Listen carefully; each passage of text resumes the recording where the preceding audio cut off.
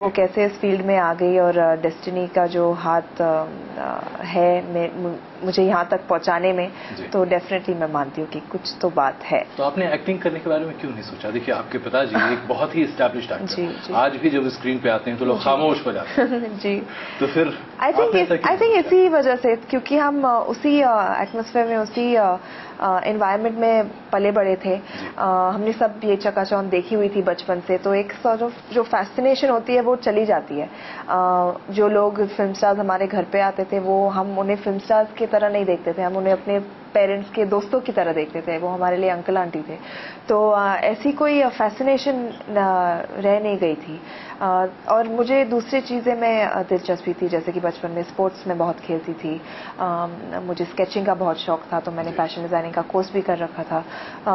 दूसरी चीज़ों में मेरी दिलचस्पी ज़्यादा थी, इसीलिए मैं कभी, और इनफैक्ट मैं काफ़ी ओवरवेट भी थी ग्रोइंग अप ईयर्स में, टीनेज ईयर्स में। ये बात भी आपके बारे में लोग कहा करते हैं, जो आपके खास करके जानते हैं। टीनेज ईयर्स में तो मैं जब भी आईने में देखती थी तो मुझे लगता नहीं था कि मैं कभी एक्ट्रेस बन पाऊंगी या बनना चाहती हूँ, तो इसी वजह से कभी मन नहीं किया था। स्पोर्ट्स के बारे में, आपकी हाइट तो माशाल्लाह बड़ी माने शानदार है। तो कौन सा स्पोर्ट्स आपको पसंद था? मैं बहुत स्पोर्ट्स खेलती थी। इनफैक्ट आप ये पूछना चाहिए कि मैं कौन सा स्पोर्ट नहीं खेलती थी।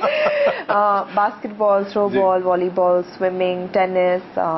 स्कूल में मैं टेबल टेनिस भी खेलती थी, शॉट पुट में भाग लेती थी, डिस्कस थ्रो में भाग लेती थी। तो एवरी स्पोर्ट पॉसिबल। तो लड़के बड़ा डरते होंगे आपसे? बहुत ही ज्यादा डरते थे। बॉयफ्रेंड्स हुआ करते थे उस जमाने में आपके कि नहीं? नहीं, बिल्कुल नहीं। कोई इनफैक्ट उस जमाने में लड़के तो मुझे वापस पलट के भी नहीं देखते थे, क्योंकि मैं इतनी बड़ी थी। लेकिन आपको कभी ऐसा लगा कि आपके फादर इतने चर्चित और जबरदस्त फैन फॉलोइंग, जी, महिलाएं एकदम दिल दे उठती थी उनके ऊपर, और जब आप छोटी थी और जब आप तथाकथित तौर पर मोटी थी, तो लगता था कि यार ये मेरे साथ क्या हो गया? नहीं, ऐसा तो नहीं लगता था, क्योंकि जब मैं मोटी भी थी तो बहुत कॉन्फिडेंट थी। एंड आई थिंक ये जो कॉन्फिडेंस है मुझे मेरे पापा से ही मिली है। उन्होंने कभी ऐसा महसूस नहीं करने दिया कि मैं किसी से कम हूँ। हमारी परवरिश भी, मेरे 2 भाई हैं, परवरिश भी एक जैसे ही हुई। I was not brought up like separately like a girl, तुम लड़की हो और ये लड़के हैं। एक तरह से हुई थी, तो मुझे कभी कॉन्फिडेंस इश्यूज तो थे नहीं लाइफ में। मैंने, आपके दोनों भाई भी बहुत स्मार्ट हैं, इसमें तो कोई शक नहीं है, और मैं उनसे कई बार मिल भी चुका हूँ। आप लोगों में कभी ऐसा लगता था कि यार मेरे भाई मुझसे ज्यादा स्मार्ट है, मुझे ज्यादा स्मार्ट होना चाहिए था? नहीं, बिल्कुल नहीं। इनफैक्ट हमारी बहुत झगड़े होते थे बचपन में, बट इस वजह से नहीं। मैं छोटी हूँ तो वो मुझे बहुत बुली करते थे। और जब बड़े हो गए, हम सब थोड़े मैच्योर हो गए, तब जाकर थोड़ा सुलझाव आया। कहा जाता है बॉलीवुड में, और ये देखिए, मैं ये सब कहा जाता है क्योंकि बॉलीवुड में जो होता है वो सिर्फ कहा ही जाता है। तो कहा जाता है कि आपकी माँ आपके करियर, आपके प्रोफेशन पर तो बहुत ज्यादा हावी रहती ही हैं। किससे मिलती हैं आप, किससे बात करती हैं, किससे नहीं करती हैं, उन तमाम चीजों का ध्यान रखती हैं? क्या पूनम जी वाकई में ऐसा करती हैं? बिल्कुल नहीं। आई थिंक मेरी मॉम, मेरे पेरेंट्स ने मुझे इतनी फ्रीडम दे रखी है, क्योंकि वो लोग मुझ पे भरोसा करते हैं कि मैं जो करूँगी सोच समझ के करूँगी और अच्छी तरह से करूँगी। इनफैक्ट पहले मम्मा आती थी सेट पर, क्योंकि ऑफ कोर्स नई इंडस्ट्री थी, नया प्रोफेशन था, तो वो साथ देती थी मेरा। एंड मुझे वो काफ़ी मतलब it was quite a help, because मैं भी अकेली पड़ जाती थी कभी शुरुआत में।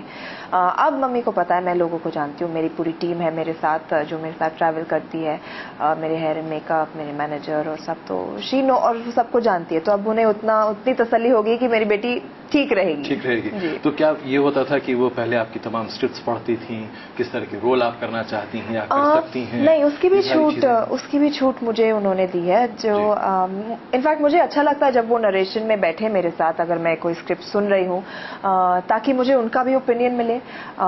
1-2 लोग अगर और सुन ले तो एक आइडिया मिल जाता है कि यूनानिमसली क्या स्क्रिप्ट अच्छा है, क्या ये इतना अच्छा नहीं है, इंटरेस्टिंग नहीं है। तो I invite her to sit with me while listening to scripts and narration. And उनकी जो एक्सपीरियंस है इस इंडस्ट्री में इतने सालों की, पापा के साथ रहकर, उनके खुद का एक्सपीरियंस, वो मेरे बहुत काम आता है। तो क्योंकि एक बार मैं शत्रुघ्न जी से बात कर रहा था अभी हाल फिलहाल चुनाव के दौरान भी, तो उस समय पूनम जी भी वहाँ पे थी, तो मैंने उनसे कहा कि इनसे बढ़िया मैनेजर आपके लिए क्या हो सकता है। घर में ही सारी चीजें मैनेज आती, तो क्या वो आपके करियर को भी मैनेज करती हैं और क्या आपकी पर्सनल लाइफ को भी मैनेज करती हैं, क्योंकि ये एलिगेशन बहुत लगता है। नहीं, बिल्कुल नहीं। पर्सनल लाइफ तो आप खुद ही मैनेज कर सकते हैं और कोई आपके लिए कर नहीं सकता। वो मेरे करियर को मेरे सबसे करियर को मैनेज नहीं मैं कहूँगी, वो मेरे सबसे बड़े सपोर्ट है। मेरी सबसे बड़ी सपोर्ट सिस्टम है मेरी मॉम, जो सब कुछ जगह पे रखती है। मतलब you know she is my strength. अब ऐसे में शत्रुघ्न सिन्हा जी, आपके पिताजी, जो कि न सिर्फ बॉलीवुड में एक बहुत बड़ी हस्ती के तौर पर है, बल्कि माना जाता है कि बहुत एक उनका अपना कैंप है जी, उससे आपको कभी कोई फायदा मिला या नुकसान? बॉलीवुड में कैंप? हाँ, ऐसा लोग कहते हैं। देखिए, बॉलीवुड में कहने की बातें खाली होती हैं, ये नहीं, मैं भी पहली बार सुन रही हूँ। हम तो बाहर ही रहते हैं। इनफैक्ट मैं भी ये पहली बार सुन रही हूँ। मेरे जो फादर है, जितना मैंने उन्हें देखा है लोगों के साथ, वो सबके साथ बहुत अच्छे रहे हैं हमेशा लाइफ में। He is been cordial with everyone. उनकी दोस्ती सबके साथ रही है, कोई ज्यादा अनबन नहीं देखी है मैंने। तो मैं कैंप के बारे में तो मुझे पता ही नहीं है कि अगर उनका कैंप है या नहीं। जैसे एक जमाने में कहा जाता था कि अमिताभ बच्चन और शत्रुघ्न सिन्हा बहुत अच्छे दोस्त हुआ करते जी। उसके बाद शायद बीच में कुछ खटास आ गई। इस मामले में शत्रुघ्न सिन्हा जी से जब भी हम लोगों ने पूछा तो उन्होंने कहा छोड़ो यार, जो होता है उसको अलग कर देना चाहिए। क्या इस तरह की बातें कभी आप लोगों को सुनने को मिली? क्या आप लोगों की ये जो सेकंड जनरेशन है उसमें ये चीजें कभी निकल कर आई? बिल्कुल नहीं। आई थिंक जब वो हुआ था तो शायद मैं पैदा भी नहीं हुई होंगी। तो जो चीजें मेरे पैदा होने से पहले हुई, आई थिंक वो मेरे लिए तो कोई मतलब इम्पोर्टेंस नहीं रखती है। अभिषेक बच्चन से कभी हाल फिलहाल मुलाकात वगैरह हुई आपको? मिलते रहते हैं। I mean we know each other as fathers have been colleagues and contemporaries, तो we know each other and बहुत अच्छे से मिलते हैं। इनफैक्ट अभी फिलहाल आज जब भी अमित अंकल और पापा मिलते हैं तो बहुत हंसी खुशी से मिलते हैं। एंड दे जब भी बैठते हैं तो उनके जमाने की जो कहानियां हैं वो बहुत अच्छी अच्छी सुनने को मिलती है मुझे। लुटेरा फिल्म को लेकर लोगों ने कहा कि आप निराश हुई कि आपको बहुत कोई प्रेस्टिजियस अवार्ड नहीं मिला, नेशनल अवार्ड नहीं। क्या ऐसी बातें थी?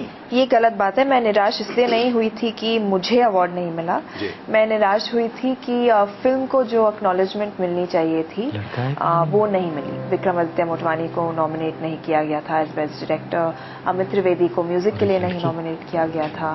रणवीर सिंह को एक्टर के लिए नॉमिनेट नहीं किया गया था। तो जो पूरी टीम, जब एक फिल्म रिलीज हुई थी जिसे इतना अप्रिसिएशन मिला था, इतना क्रिटिकल अक्लेम मिला था, इतनी तारीफें मिली थी, जब वक्त आया उसे रिवॉर्ड करने का तो वो लोग मुकर गए। और इस बात से मैं थोड़ा दुखी थी। ना कि मुझे अवार्ड नहीं मिला, मिले या ना मिले, मेरी परफॉर्मेंस। क्यों मुकर गए? आपको क्यों लगा कि क्या ये खेमेबाजी है बॉलीवुड में, या यूं कहें कि you scratch my back I scratch yours, ये वाली नीति है? क्या होता है बॉलीवुड? सब चीजें बहुत कमर्शियल हो गई है आजकल।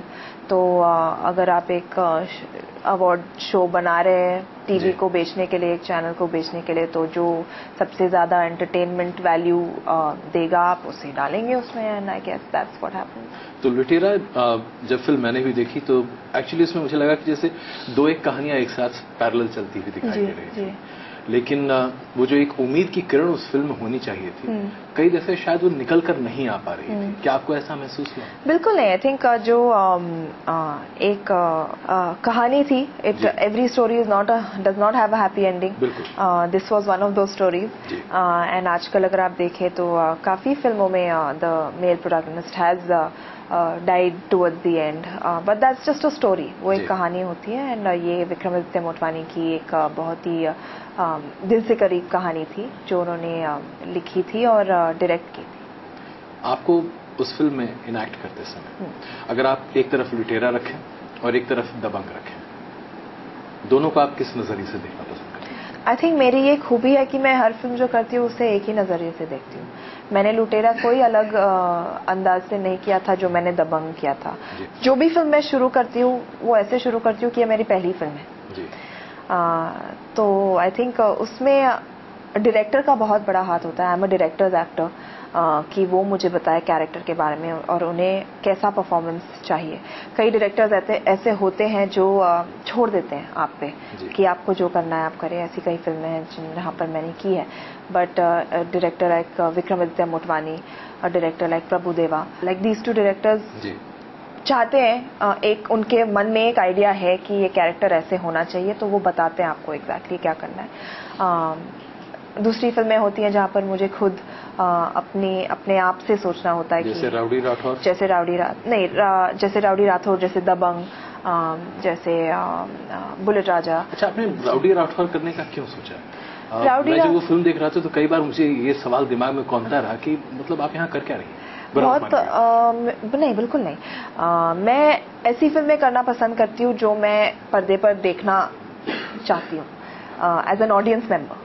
और अगर आप राउडी राठौर को पकड़ चलें तो बॉक्स ऑफिस पर बहुत बड़ी सक्सेस थी, बहुत लोगों को पसंद आई, और बस इसीलिए मैं उस फिल्म का जैसे दबंग देखने के बाद एक आपका एक अलग सा चित्रण दिखाई दिया था। जी। लुटेरा देखने के बाद भी मुझे एक अलग, मैं खुद अपनी बात कर रहा हूँ क्योंकि ये फिल्म मैंने खुद भी देखी है। और उसके बाद राउडी राठौर जब चल रही थी तो लग रहा था कि यार ये तो बहुत ही ज्यादा हमारे जो साउथ इंडियन फिल्म्स होती हैं, खास करके बहुत एक्शन ओरिएंटेड फिल्म, उसकी कॉपी, और वहाँ शायद आप सिर्फ एक आइटम गर्ल बनकर रह गई थी। नहीं, बिल्कुल नहीं। आई थिंक अगर हर किसी का एक काम होता है, अगर मेरी जरूरत उस फिल्म में नहीं थी तो मैं शायद होती ही नहीं, बट एक फीमेल कैरेक्टर का रोल था जो अगर आप क्लाइमैक्स में देखें कि वो विलन से चैलेंज करती है और कहती है कि शिवा आएगा, और अगर वो नहीं होता तो क्यों लेते किसी भी हीरोइन को। तो ये मैं आपसे अग्री नहीं करती हूँ यहाँ पर। अच्छा, दबंग और दबंग 2, इन दोनों में आपका अपना खुद का किरदार किसमें आपको ज्यादा पसंद आया? दबंग 1 में किरदार तो वैसे सेम था, but overall as a film मुझे दबंग 1 ज्यादा पसंद है। अच्छा, ऐसा क्यों? क्या ये वाकई में होता है कि सीक्वल्स जब बनते हैं तो उसमें वो इफेक्टिवनेस नहीं रह जाती है? क्या वो एक तरह से कॉपी कैट बन जाता है, वो वही चीजें वही सब कुछ? आई डोंट नो, बहुत सारी फैक्टर्स है। I guess first one is always special to you, right? मैं अंदर की बात कर रही हूँ, मैं as a part of the film बात कर रही हूँ। It will always be special to me क्योंकि वो मेरी पहली फिल्म थी, क्योंकि वो मेरा पहला इंट्रोडक्शन था इस इंडस्ट्री से, ऑडियंस से, और वो मैं कभी भूल नहीं पाऊंगी। सलमान साहब के साथ काम करना और बाकी किसी एक्टर के साथ काम करना, क्या वाकई में बहुत फर्क है, मुश्किल है? क्योंकि लोग कहते हैं कि सलमान एक बड़े अलग तरीके के इंसान है। हर कोई अलग होता है एक दूसरे से, हर कोई कोस्टा अपनी पर्सनालिटी में, अपने वर्किंग स्टाइल में, अपने अंदाज में अलग होता है। तो I don't think it's right to compare. Katrina Kaif और आपके बारे में आजकल चर्चाएं बड़ी गर्म हैं। अब ये सब तमाम बॉलीवुड गॉसिप कॉलम्स में चलता रहता है, क्या चल रहा है आप लोग के बीच में? आई हैव नो आइडिया, मैं उन्हें ज्यादा अच्छी तरह से जानती भी नहीं हूँ, तो कुछ चल तो सकता ही नहीं है। क्या वो एक फिल्म आ रही है मोहनजोदारो, जिसे लेकर चल रहा था कि उनको मिलना चाहिए, आपको मिलना चाहिए, क्या वाकई में बॉलीवुड में इतना कंपटीशन है कि एक रोल के लिए आप लोग इतनी मारामारी कर सकते हैं? नहीं, आई थिंक मारामारी तो कोई नहीं करता, जो रोल जिसके हाथ में जाना होता है वो चला जाता है। मैंने तो आज तक मारामारी नहीं की है। लॉबिंग नाम की चीज बॉलीवुड में चलती है क्या? चलती होगी। हॉलीवुड में तो बहुत होता है, वहां तो मैंने न सिर्फ सुना है बल्कि कई इंटरव्यूज में कई एक्टर्स ने कहा भी है कि हम चीजों को जरा ऑर्गेनाइज करना चाहते हैं, कई सारे रोल्स, यू अर्न इट। तो अंग्रेजी में चीजों को कहने बड़ा अच्छा लगता है, हिंदी में जैसे ही आप कहें तो उसको लॉबिंग कहने लगते हैं। क्या आप यहाँ पर इस तरह से खेमे बने हुए हैं? क्या इस तरीके से लोग हैं जो कि अपने आप को पोजिशन करते हैं कि आप उस रोल को हासिल कर सकें, एक पर्टिकुलर डायरेक्टर के साथ काम कर सकें? ऐसा होता है? शो करते होंगे लोग, बट अगर आप मुझसे पूछे तो मैं इन चीज़ों में मेरी पहली फिल्म से नहीं पड़ी हूँ, मुझे शायद ज़रूरत नहीं पड़ी। मैंने हमेशा मेरा my work has spoken for itself. Bollywood में भी राजनीति होती है और हमारे आम जीवन में भी राजनीति है। नई सरकार भी आ गई है, आपके पिताजी सांसद भी हैं, मंत्री रह चुके थे। लोगों ने ये सवाल आपसे बड़ा पूछा हुआ है कि आपको अफसोस हुआ कि आपके पिताजी मंत्री नहीं बन पाए? चलिए, वो तो उसके लिए आगे अभी कैबिनेट एक्सपेंशन वगैरह बाकी है। लेकिन जिस तरीके की भारतीय जनता पार्टी को जीत मिली और भारतीय जनता पार्टी के और खास करके नरेंद्र मोदी को लेकर बॉलीवुड दरअसल दो हिस्सों में बंटता हुआ दिखाई दिया, ऐसा प्रतीत होता दिखा। क्या आपको भी ऐसा लगा? हर किसी की अपनी अपनी ओपिनियन होती है, एंड आज हम एक फ्री कंट्री में रहते हैं, तो हर किसी को वो एबिलिटी है कि वो अपना ओपिनियन वॉइस करे। तो हम किसी के ओपिनियन को लेके इट्स अप टू अस अगर हमें उनकी ओपिनियन सीरियसली लेनी है या ना लेनी है। ये ऐसी चीजें तो आप लोगों के सामने इस तरह के सवाल आते हैं। जैसे देखिए, आप हॉलीवुड में अगर बात करें तो बहुत सारे एक्टर्स हैं जो एक्चुअली या तो डेमोक्रेट कैंडिडेट्स या रिपब्लिकन कैंडिडेट्स को सपोर्ट करते हैं और बाकायदा वहां पर अपनी आइडियोलॉजिकल लीनिंग्स को एकदम सामने रखते हैं। अभी तक ऐसा माना जाता था कि हमारी फिल्म इंडस्ट्री इस तरह की पचड़ों में नहीं पड़ती है। लेकिन मोदी जी के सामने आने के साथ ही ये पचड़े सामने आने लगे। लोगों ने अपनी प्राथमिकताएं सामने रखी, एलिजेंस सामने रखे और विवाद भी होता दिखाई दिया। सलमान खान को लेकर खास करके विवाद रहा कि भाई एक तथाकथित तौर पर सो कॉल्ड मुस्लिम एक्टर